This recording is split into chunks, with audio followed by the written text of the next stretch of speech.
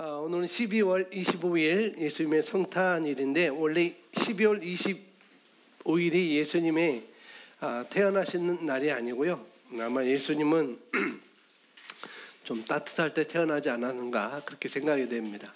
25일이 전 세계적으로 성탄을 지키고 있기 때문에 우리나라도 25일을 성탄절로 주님이 탄생하신 날로 이렇게 우리가 예배를 드리고 있고 축하를 하고 있는데요. 아론, 모세가 있고 모세 형제 아론이 있잖아요. 아론이 우리에게 율법을 주셨다. 그러니까 모세 율법이 아니고 아론이 쓰게 해서 아론이 써서 아론이 줬다 하는 그렇게 아론인을 믿음의 조상으로 생각하는 사람들은 지난 주간이 성탄절이었고요.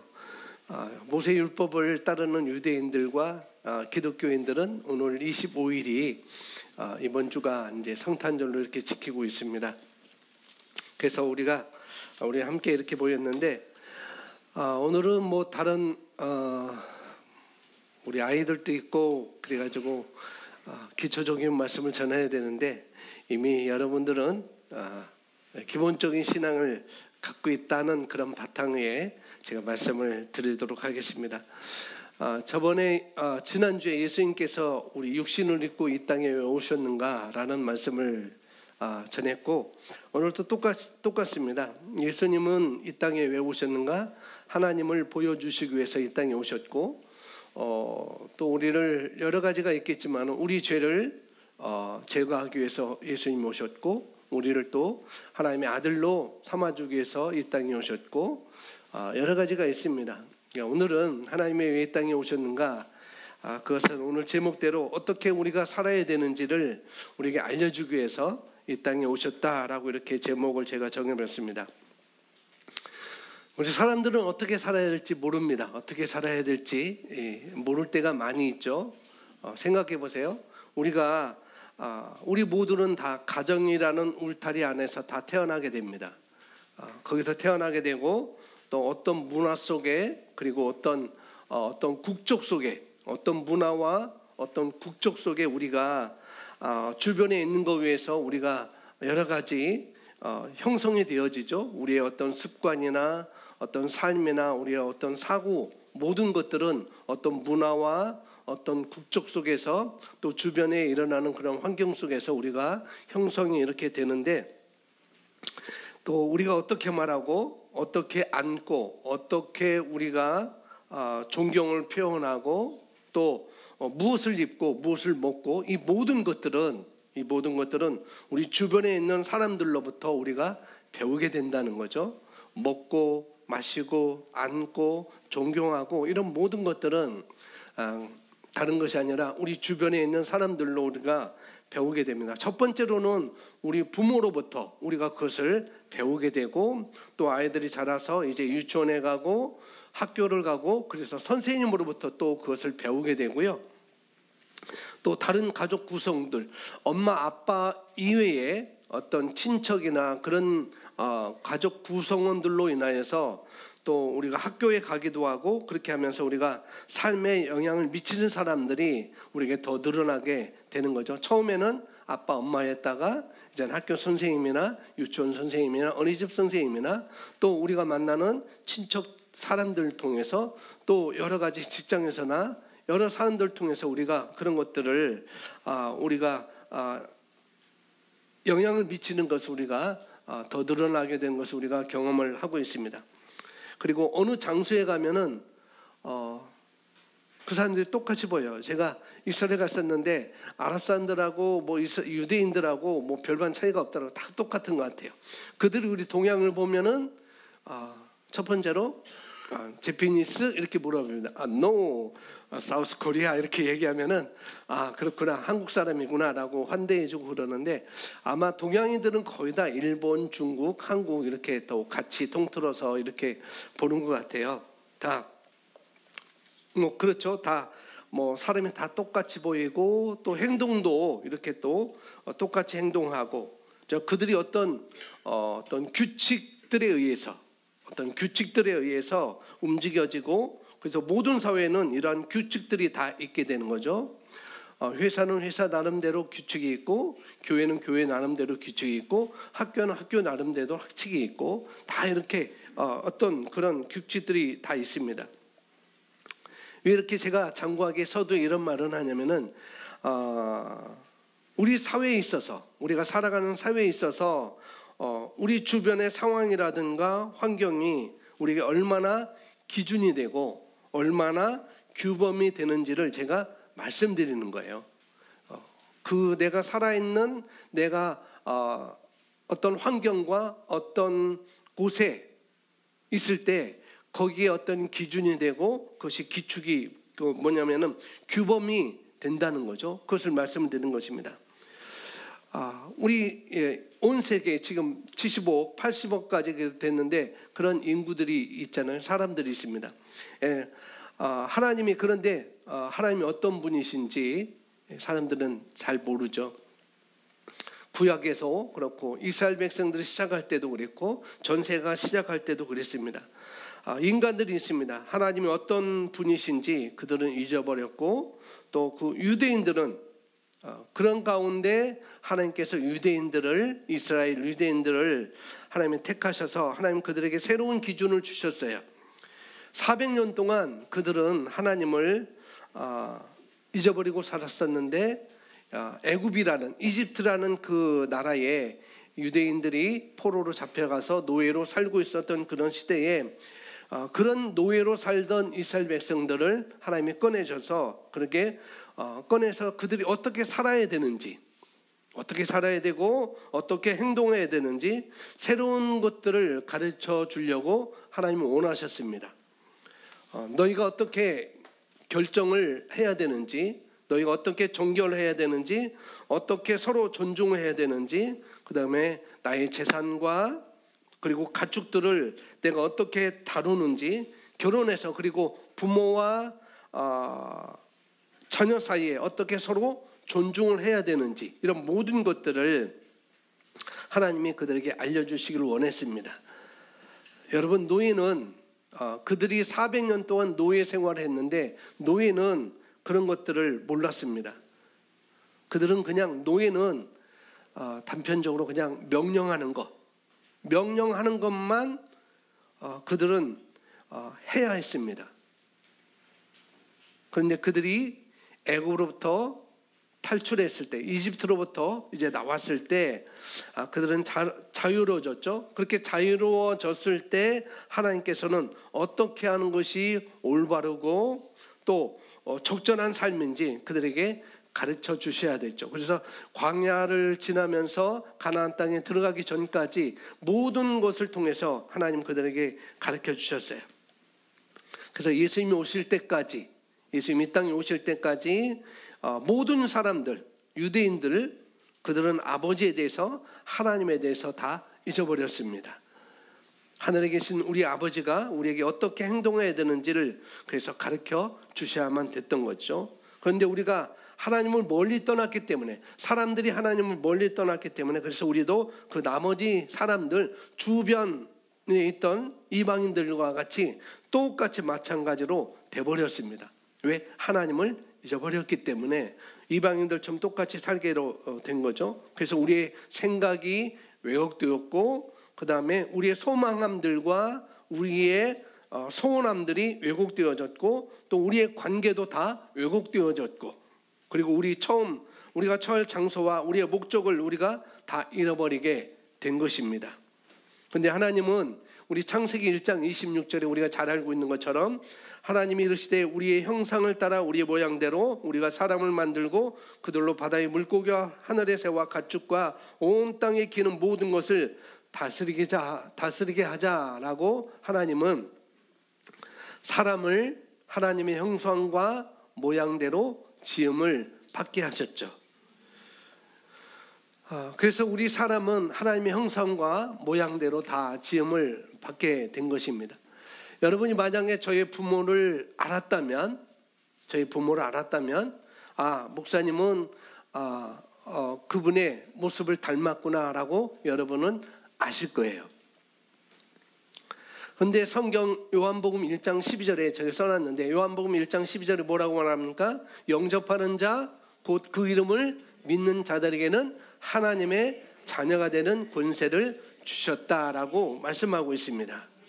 그러면 하늘에 계신 우리 아버지는, 저의 육신의 아버지는 어떤 분이신가 여러분이 알았다면 알 수가 있겠죠. 그렇죠? 육신의 아버지. 근데 성경은 우리가 영접하는 자, 예수님을 영접하는 자, 곧 그 이름을, 예수님의 이름을 믿는 자들에게는 하나님의 자녀가 되는 권세를 주셨다라고 말씀하고 있습니다. 그렇다고 한다면 여기 계신 여러분들은 대부분 예수님을 다 영접한 사람들일 거예요. 그렇다고 한다면 하늘에 계신 우리 아버지는 어떤 분이냐는 거죠. 그분은 어떤 분인지, 우리 하나님 아버지처럼 우리가 어떻게 행동하는지. 우리 두 애는 다 걸을 때 팔자걸음을 걸어요. 누구 닮았는지 모르겠지만은 팔자걸음을. 왜? 닮았기 때문에. 행동도 그렇게 또 많이 비슷하게 할 때도 있고 그렇습니다.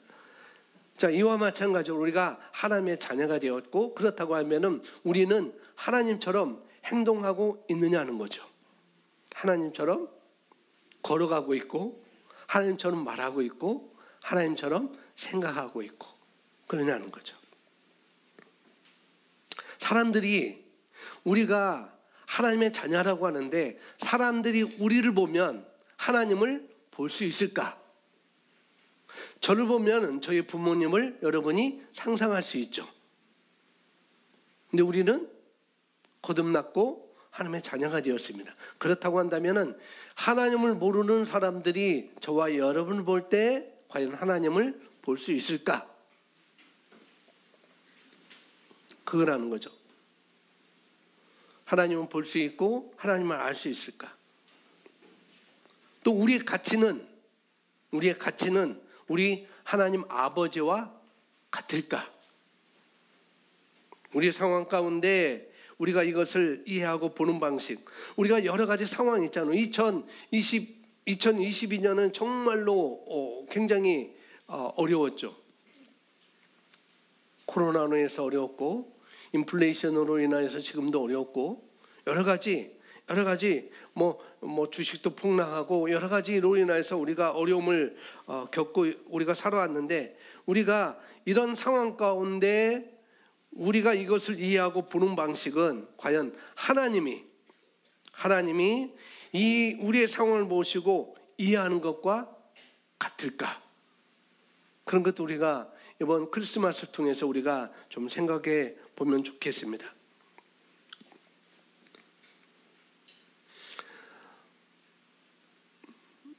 어제도 제가 한 가정에 초대를 받아서 맛있는 저녁을 초대받아서 저녁을 먹었습니다.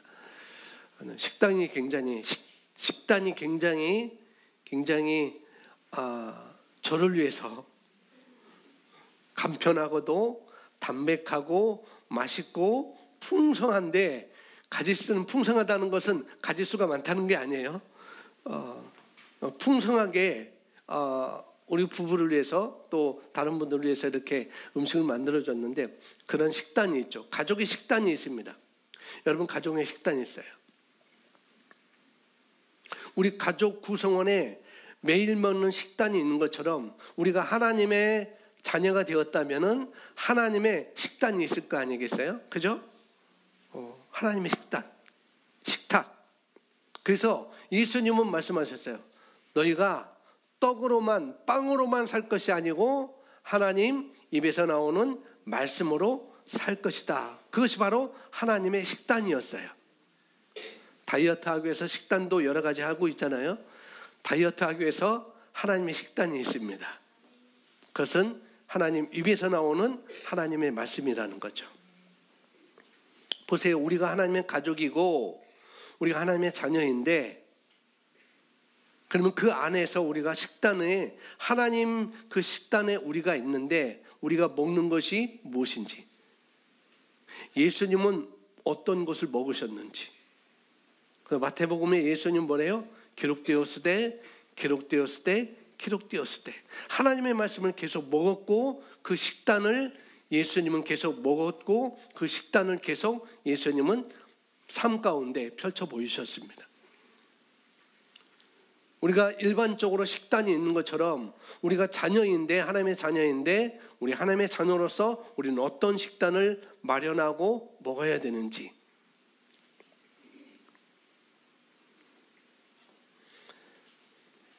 우리가 하나님을 닮았고 우리가 하나님의 형상대로 창조되었다고 하는데 지음을 받았다고 하는데 그러면은 하나님을 닮는 것이 무엇일까?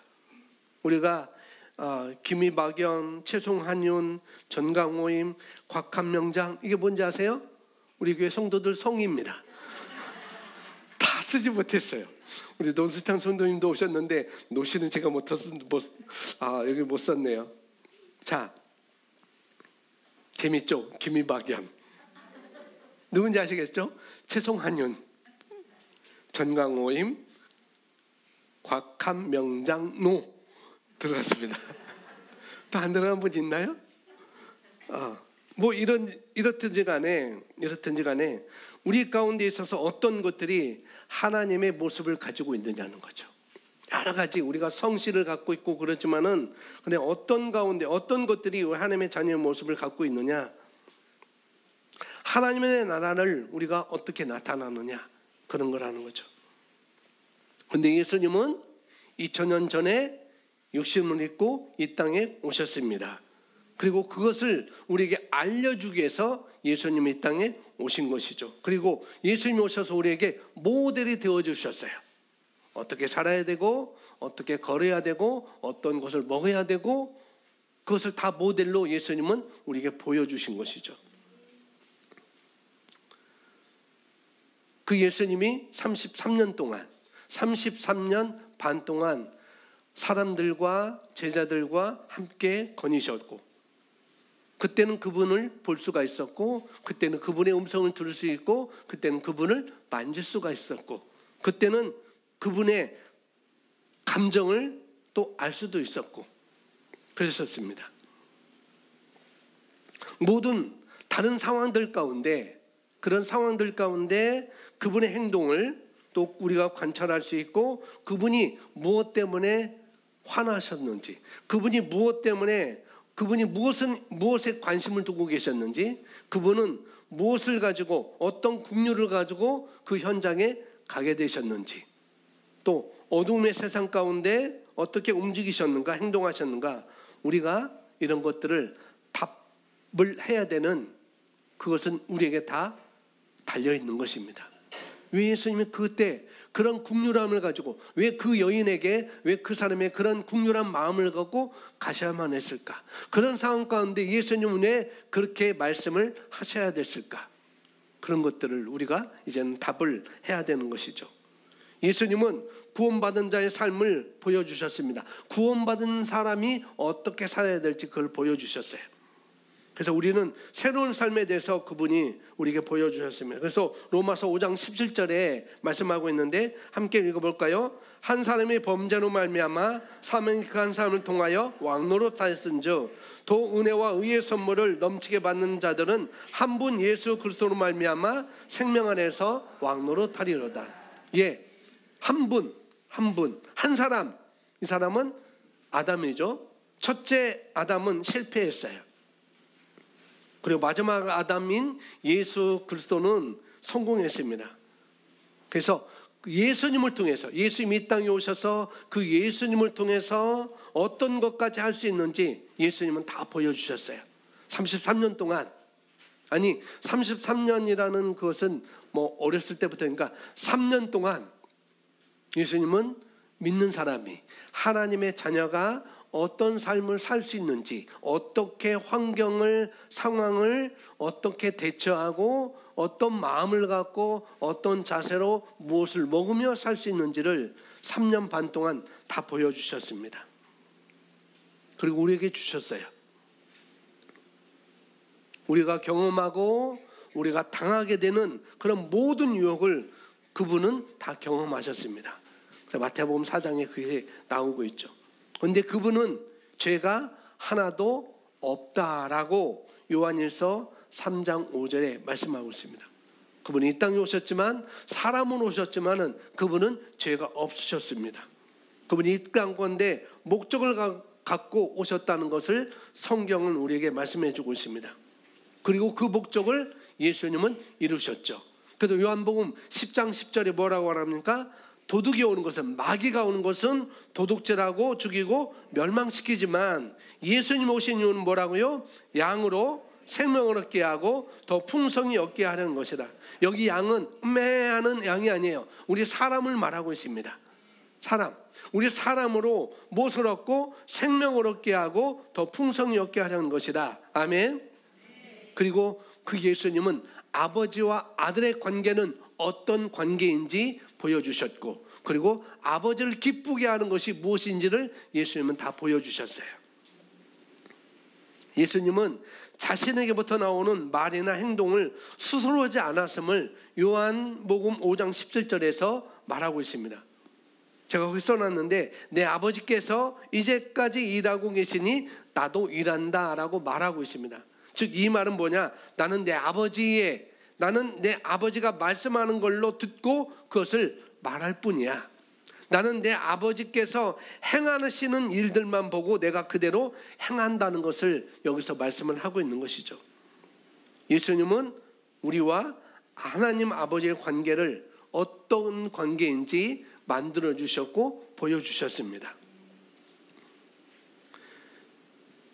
저와 여러분이 하나님 아버지와 관계가 어떤 관계인지 이것을 아는 것은 굉장히 큰 것입니다.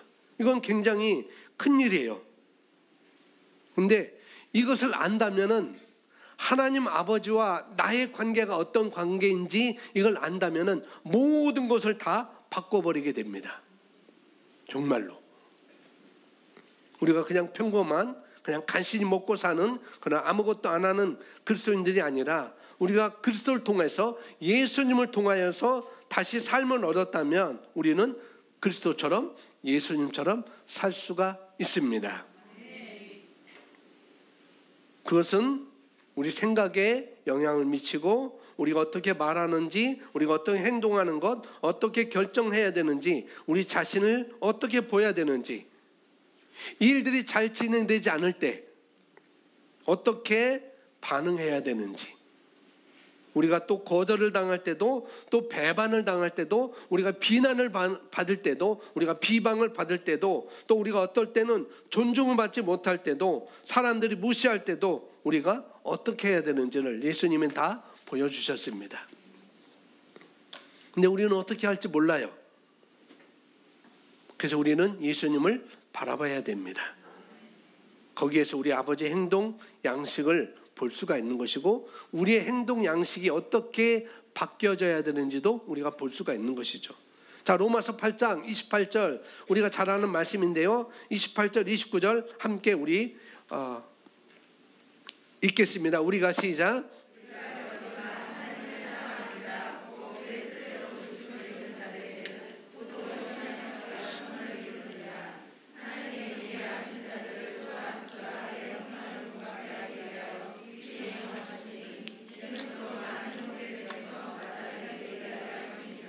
아멘. 29절 말씀 보면은 그렇게 나와있죠. 하나님이 미리 아신 자들을 또한 그들 아들의 형상을 본받게 위해서 미리 정하셨으니, 미리라는 말이 두 번이나 반복되고 있죠.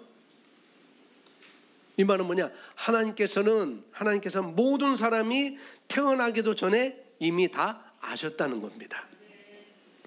이것을 그래서 어떤 사람들은 잘못해서, 그럼 하나님 미리 아셨다면 어떤 사람은 구원받고 어떤 사람은 구원받지 못할까, 예정에 대해서 잘못 오해하고 있는데, 이것은 그런 말씀이 아니고요, 이것은 그리스도인들에게 해당되는 말씀입니다. 미리 아셨다는 거죠. 여러분이 태어나기 전에 하나님이 여러분을 아셨다고 생각하세요? 예, 성경 그렇게 말씀하고 있어요. 내가 태어나기 전에. 성경은 하나님이 여러분을 미리 아셨다고 그랬습니다. 그래서 여기에 그리스도인들에 대해서 여기 얘기하는 건데, 하나님이 미리 아신 자들, 그들에게 뭐가 있다? 데스티니, 운명이 있다는 거예요. 운명.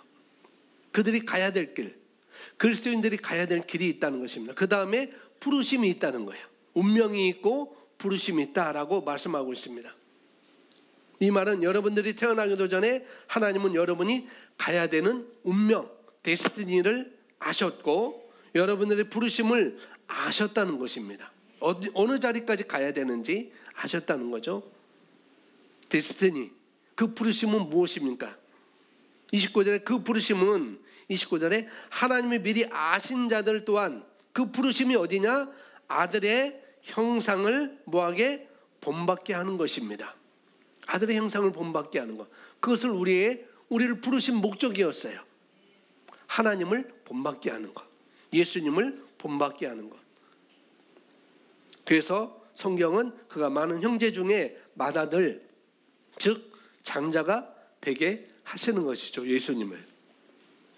우리가 앞에서 봤던 창세기 1장 26절 하나님이 우리의 형상대로 우리의 모습을 따라 사람을 만들자라고 했습니다. 그래서 아담과 하와 첫사람은 인류는 하나님의 형상대로 지음을 받았어요. 영적인 존재로 지음을 받았습니다. 그건 뭐냐면 하나님의 심장으로, 하나님의 생각으로, 하나님의 마음으로, 하나님의 의지로, 하나님의 중심으로 하나님과 같은 생각, 하나님과 같은 뜻, 하나님과 같은 의지를 우리에게, 인간에게 주셨다는 것입니다. 그런데 죄가 들어옴으로, 사단의 속임수로 인하여서 죄가 들어옴으로 말미암아 그 다음에 그런 이미지들, 그런 하나님의 생각과 하나님의 뜻과 하나님의 의지와 하나님의 중심적인 것과 하나님의 심장으로, 하나님의 양심으로 사는 그런 모든 것들을, 그 형상들을 다 왜곡시켰습니다. 뭐가 들어옴으로 말미암아? 죄가 인간에게 들어옴으로 말미암아. 이런 거 모든 것들을 다 왜곡시켜 버렸어요. 그래서 그 피조물들 가운데, 모든 피조물들 가운데 그 하나님의 그런 하나님의 형상이, 하나님의 중심이, 하나님의 마음이, 하나님의 심장이, 하나님의 뜻, 그런 것들이 다 보여지지 않았던 것이죠. 그런데 하나님은 그대로 놔두지 아니하시고 하나님의 그런 형상을 지닌 하나님의 마음과 하나님의 슬퍼하심과 하나님의 긍휼하심과 하나님의 사랑하심과 하나님의 신실하심을 가지신 그 모든 것을 지니신 하나님이 예수 그리스도로 이 땅에 오셨다는 거예요. 그래서 예수님이 하나님의 형상과 모양의 모든 복사판이 되었습니다. 생각해 보세요. 바로 여러분이 바로 그분이라는 거예요. 영접하는 자, 곧 그 이름을, 예수님의 이름을, 예수님은 어떤 거예요? 하나님의 모든 형상과 모양을 다 갖고 계신 분이었습니다. 하나님의 사랑, 하나님의 마음, 하나님의 긍휼하심, 하나님의 뜻, 하나님의 심장, 하나님의 그런 모든 것들을 갖고 계신 분이 바로 예수님인데, 그 예수님이 이 땅에 육신으로 오셨다는 것. 그리고 그분은 우리 인간의 죄를 위해서 다 뒤집어 쓰시고 십자가 지시고 죽어주시고 부활하셨습니다. 그 예수님을 영접하는 그들에게는 똑같이 바로 우리에게 하나님의 예수님의 모양과 예수님의 형상이 우리에게 그대로 전달된 것이죠. 그것이 바로 하나님이 가지고 계셨던 계획이었습니다. 우리가 하나님의 형상대로, 하나님의 모양대로 지음을 받았던 그 인간이 죄로 말미암아 다 사단의 속임수로 인해서 죄인이었고 이제 죽게 되었는데, 하나님 그대로 내버려두지 않고 우리에게 영생을 주시려고 그 모든 것들을 예수님을 위해서 예수님을 우리에게 보여주셨죠. 그래서 여러분이, 사람이 예수님을 모르면 그 부르심을 우리가 알 수가 없는 거예요. 우리가 이 땅에서 어떤 마음으로 살아야 되는지, 어떤 사랑의 마음으로 살아야 되는지, 어떤 긍휼한 마음으로 우리가 살아야 되는지, 어떤 하나님의 마음으로 살아야 되는지 예수님을 모르면은 이 모든 부르심을 우리가 알 수가 없어요. 그래서 여러분이 예수님을 알았다면, 예수님을 아신다면 그 다음에는 어떻게 해요? 그분을 여러분 공부하셔야 되고, 그분을 배우셔야 되고, 그분의 감정들을 우리가 알아야 돼요. 잘할 수 있는 것은 이 교회도 있고, 그러나 더 잘할 수 있는 것은 예수 선교 사관학교를 여러분이 공부하시면 더 잘 배울 수 있고 더 잘 알 수 있고 그럴 수 있습니다. 그래서 제가 추천해 드립니다. 우리가 닮아야 될 형상이, 우리가 닮아야 될 모양이 바로 예수 그리스도의 형상인 것이고 모양인 것입니다. 그걸 알아야 되는 거죠. 예수님과 같은 특징을 세상이 우리를 볼 때 예수님의 특징, 예수님의 형상, 예수님의 닮은 것, 그것을 세상이 우리를 볼 때 바로 우리를 이렇게 우리 존재를 이해하고 알아갈 때, 저와 여러분이 존재, 운명, 부르심을 우리가 이해하고 알아갈 때 예수님의 형상을 그들은 우리를 통해서 볼 수가 있습니다. 왜? 가족의 특징이 있잖아요. 우리 두 아이가 특징이 뭐냐? 발자걸음을 걷는다는 거. 그게 특징이에요. 하나님 아버지의 가족의 특징은 뭐예요? 바로 다른 것이 아니라 하나님의 형상, 하나님의 모양, 즉 하나님의 이미지, 하나님의 라이크니스를 보여줄 수 있다는 것이죠. 여러분이 그래서 이걸 잘 알면은 내 운명이 이런 거고 내 부르심은 이런 거구나. 결국 나를 통해서 하나님의 사랑이 보여지게 하고 나를 통해서 하나님의 긍휼함이 보여지게 하는, 이걸 우리가 잘 알고 공부하고 배우고 그런 감정들을 우리가 알아간다면은 저와 여러분의 삶 가운데 어느 곳에 있든지 분명히 여러분을 통해서 예수님의 모습이 보여지게 되는 것이고 예수님을 여러분 삶 속에서 볼 수가 있는 거라는 거죠. 왜냐하면 가족의 특성 때문에, 특징이 있기 때문에. 우리가 장로교인이다, 감리교인이다, 순복음 교인이기 때문이 아니라 우리는 아버지와 같기 때문에, 우리 하나님의 자녀가 되었기 때문에 우리가 다 뭐예요? 튀는 거예요. 그렇게 튀는 거예요. 우리가 사는 가운데. 할렐루야. 예수님의 말로 우리가 다 본받아야 하는 우리의 기준인 것입니다. 예수님이 우리의 기준인 것. 자, 창세기 2장 7절에 거기 써놨는데 보시면은 성경에서 아름다운 묘사를 우리에게 해주고 있는데 하나님께서 모든 것을 만드셨어요. 모든 것을 만드셨습니다. 성경이 말하기를 하나님께서 땅의 흙으로 사람을 지으셨다라고 말하고 있습니다. 그런데 그 형체에는 생명이 없어요. 사람을 지으셨는데, 땅의 흙으로 사람을 지으셨는데, 그런데 그 형체에는 생명이 없었어요. 그냥 하나님이 어떻게 하셨어요? 성경에 보면 그 코에 생기를 불어넣었다라고 말씀하고 있습니다. 하나님이 불어넣었던 그 생기는 바로 하나님의 영인 것이죠. 그리고 또 다른 것을 나타내는 건 뭐냐? 그리고 이 형체가 이제 생기가 들어가자마자 뭐예요? 살아난 존재로 됐다라고 성경은 우리에게 말하고 있습니다. 사람이 우리 이렇게 살면서 사람이면서 죽을 수 있어요. 죽는다는 것은 영적인 죽음을 말하고 있는 것이죠. 사람처럼 보이지만 사람처럼 걸어 다녀요. 사람처럼 얘기하고 그런데 생명이 없어요. 사람인데 생명이 없다는 거죠. 여기서 말하는 생명이 어떤 생명인지 하나님의 생명을 말하고 있고 영적인 생명을 말하고 있는 것입니다. 영적으로 죽은 거죠.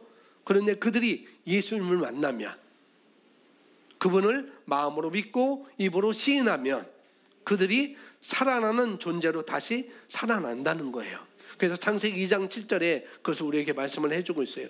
그래서 우리가 하나님과 함께 영적으로 살아납니다. 그것을 우리는 새로운 피조물이라고 이렇게 우리는 말합니다.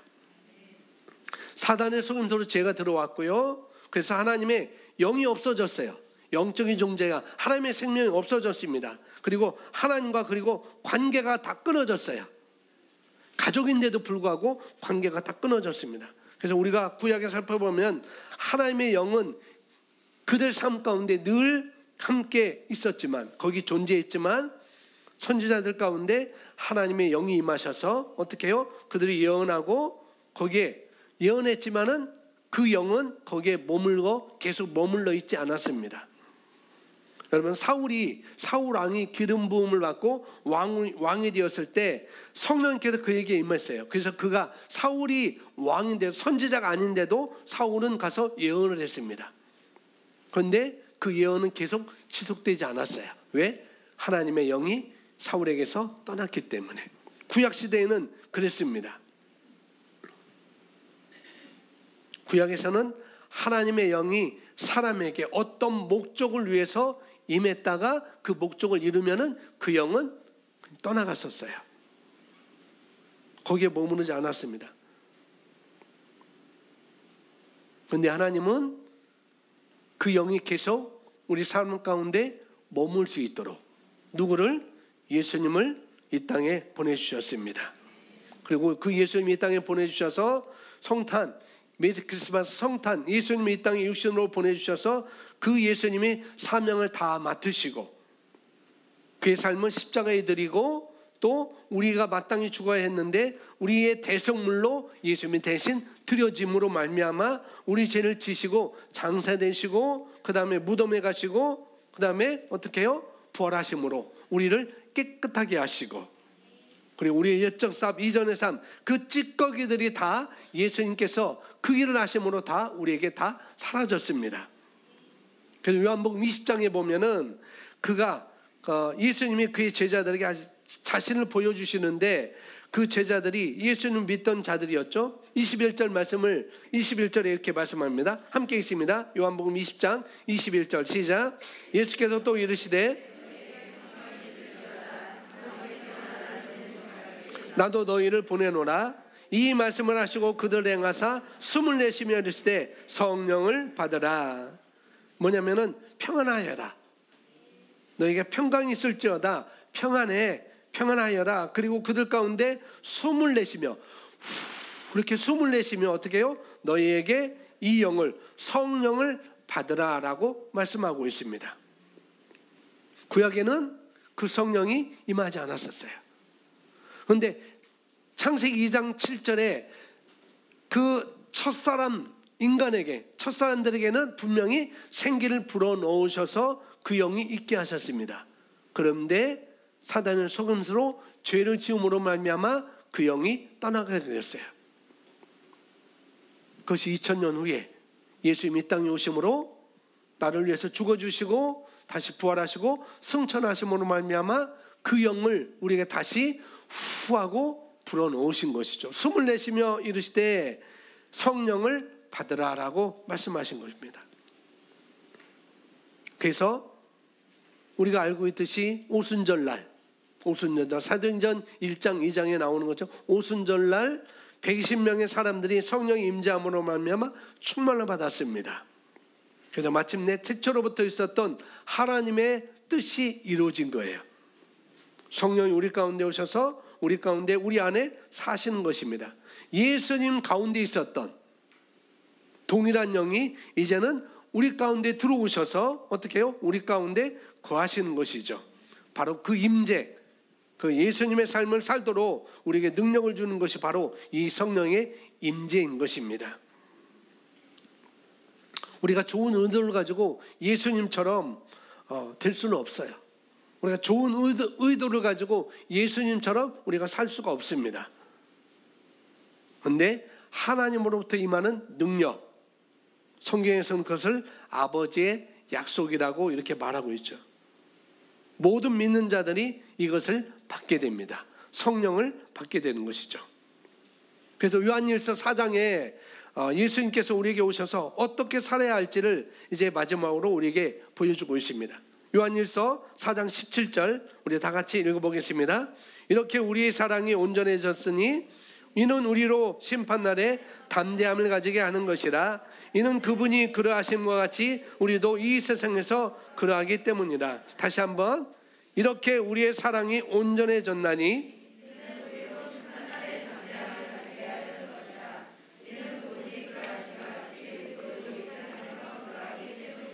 아멘.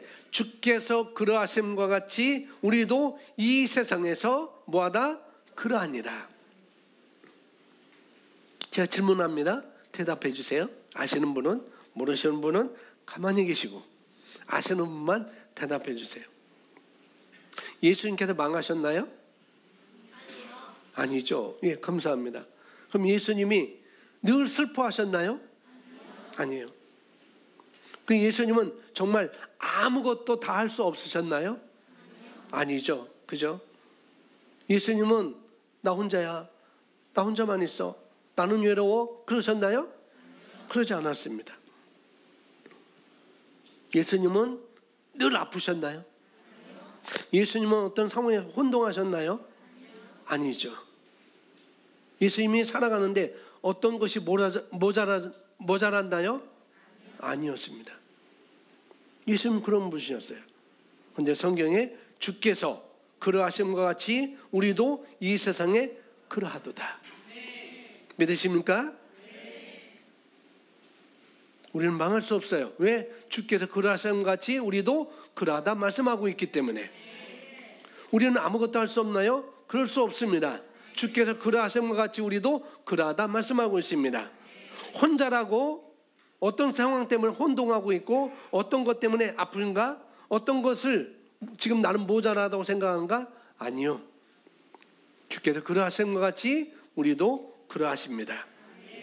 이것을 믿으시면 우리 삶 가운데 그런 삶을 우리가 살 수 있어요. 아멘. 고백합니다. 나는 영이고 혼을 가지고 있고 몸 안에 있습니다. 이제 여기 고린도전서 6장 19절 20절은 우리 육신을 입고 사는 삶을 이야기하고 있습니다. 예수님은 그러나 우리가 이 땅에 속해 있지만 이 땅에 있지만은 이 땅에 속하지 않았다라고 예수님 말씀하고 있죠. 그런데 예수님은 여전히 우리가 어둠의 세상 가운데 우리가 살아가야 된다는 예수님 아셨어요. 너희가 세상은 여전히 사단의 결박 속에 있습니다. 우리는 이렇게 놓여 있지만 그러나 주께서 그러하심과 같이 우리도 그러한 삶을 이 땅에서도 살 수 있는 존재로 하나님은 우리를 만드셨습니다. 우리를 구원하셨어요. 고백합니다. 나는 다르다. 나는 다르다. 예, 우리는 정말 달라야 돼요. 세상 사람과 어떤 믿어도 예수님 영접해서도 정정긍긍하고 고군분투하고 늘 슬퍼하고 늘 염려하고 걱정하고 근심하고 그런 사람들과 우리는 달라야 됩니다.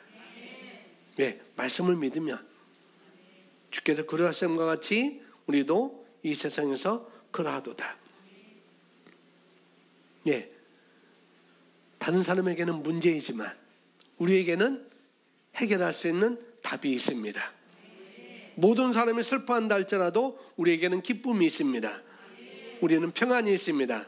다른 사람들은 두려워할지라도 다른 사람들은 하나님과 단절되어 있다 할지라도 우리는 하나님과 관계되어 있습니다. 하나님이 저와 여러분의 아버지세요. 아멘.